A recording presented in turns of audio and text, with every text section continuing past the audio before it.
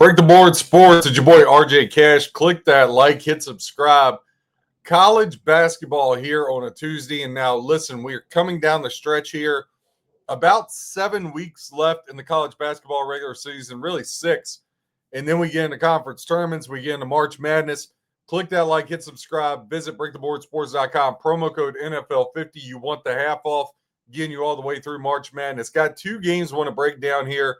Top 25 matchups. Now, Kentucky, they fell out of the top 25, but they're visiting number 18 Vanderbilt in Nashville. Now, this opened 5.5. It has now gotten up to 6.5. Vanderbilt laying 6.5 at home. Your total in this one, 159.5. Now, 66% of the ticket count, 62% of the handle going to the over, 34% of ticket count, 38% of the handle in this one going to the under. Now, as far as the side works out, ticket count, good two-way action on Kentucky and Vanderbilt. Just a slight 2% edge to Vanderbilt, getting 51% as to where Kentucky getting 49. But when you break this out a little bit more, Vanderbilt, 65% of the money on them, 35% of the money on Kentucky. Now, Kentucky, still a solid team under Mark Pope. Just really haven't found their bearings like we thought. I think by the time we get to tournament time, though, you won't have to worry. Kentucky will be there 14-6 on the year. Vanderbilt 17-3. They're having a great season there, but as of late, kind of gotten a little shaky here. Now, Kentucky, they only drop about 3 points per game on the road scoring offense. They're averaging 79.3 points per game, but Vanderbilt, 16th best scoring offense in the country when they're at home. 95.1 points per game, just absolutely filling it up. There are the Commodores. Now, defensively, Vanderbilt giving up 72.7 points per game at home. Kentucky giving up 84.3, and that's really where Mark Pope and company, they kind of got to get this right, is on the defensive side, not really where they need to be. Now, the first place I look, I like the over in this game, getting to the 160. I think both of these teams get into the 80s. So for me, that 159.5, I like the over and lean that way. Now, as far as the side, 6.5, a lot to swallow here when you look at this game. Now, Kentucky, 2-6 ATS their last 8, but they've won their last 5 games. Now, Vanderbilt, a little bit of a mixed bag. Obviously, Vanderbilt head coach comes over from JMU, has changed the program. Tyler Nichols, again, him transferred over. Kentucky 17-3 straight up the last 20 meetings with Vanderbilt. But in the last 9, just 3-6 ATS. Even worse, Kentucky, good at Rupp, really struggle at home, or struggle on the road, rather. Kentucky is just 2-5 ATS their last 7 games overall. But again, 8-1 their last 9 on the road at Vanderbilt. So they've had a lot of success there against the Commodores. The under, when Kentucky's an underdog, the under has cashed 5 of their last 7. So they've been very formidable there. When you look at Vanderbilt, on the other hand, just 1-4 ATS their last 5, 17-3 over their last 20. They've also leaned under. 15 of their last 19 games in the month of January have went under the total. 4 of the last 5 for Vanderbilt have went under the total overall. Now, they're just 1-8 their last 9 at home versus Kentucky, but 9-1 at home this year. Again, as a favorite, Vanderbilt 5-2 ATS over their last 7. Again, no real gauge here as far as the side goes. I think this is going to be a good game for in-game betting. Believe it or not, I think Kentucky's going to be able to hang around in this one.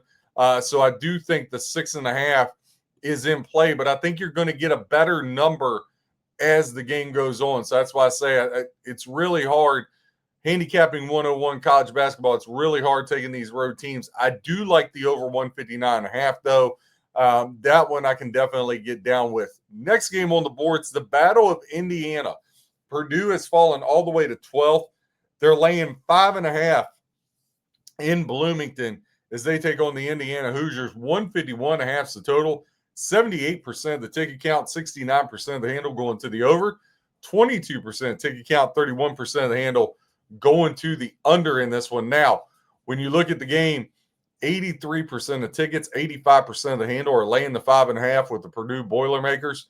17% of ticket count, 85 or 15% of the handle rather, going to Indiana. Now this one, it opened 3.5. We've ran all the way up to 5.5 here.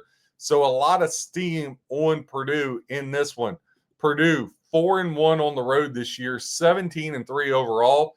Indiana 13-7 straight up this year, but they are 10-2 at home. They've played very well in Bloomington. Last year in Bloomington, they beat up a Purdue team 73-58. As to where when they played in Purdue, Purdue got a 81-76 win. Now, problem for Purdue, and I think a lot of reason why the steam is coming from Purdue is people thinking they're going to bounce back.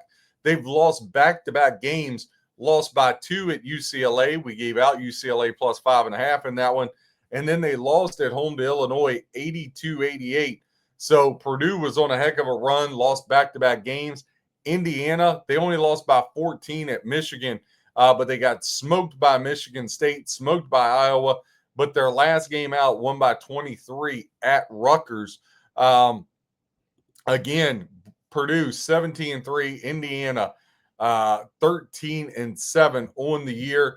The line 3.5 moved to 5.5. Now Purdue, they're averaging 79.8 points per game on the road, but Indiana sneaky 84.7 points per game, so 5 points per game better scoring. Purdue's scoring defense on the road, giving up 67.8, as to where Indiana is giving up 67.2. So when you net that out, Indiana has about a 4-point edge, a little over a 4-point edge statistically, yet they're catching 5.5. Again, I get a lot of the steam with Purdue, but numbers are numbers. Purdue hasn't covered a spread in any of their last 6 games. They're 17-3, like I said, but against Indiana, Purdue, check this out, has won 13 of the last 17 games versus the Hoosiers, but they're just 2-6 against the spread their last 8 versus Indiana. Purdue 4-1 their last 5 on the road, but Purdue again in the Big Ten, they're 0-5 ATS their last 5 in the Big Ten. Now Indiana 13-2 their last 15 at home, but as a dog, they're just 1-5 ATS their last 6 games. Again, I can't. I lean here. I think Purdue gets across. They're minus 205 right now. I think Michigan ends Nebraska's winning streak. I think you take Purdue and Michigan, a little 2-team money line parlay minus $1.39. Other than that, I think you wait. You might find something really good in game that you can hop on Indiana, maybe getting 8, 9, 10 points in game. RJ Cash, Break the Board Sports, giving you stats, trends, information to help you with your handicap. Click that like, hit subscribe, whether you fade or follow. Hope you win your bets. God bless and happy handicapping.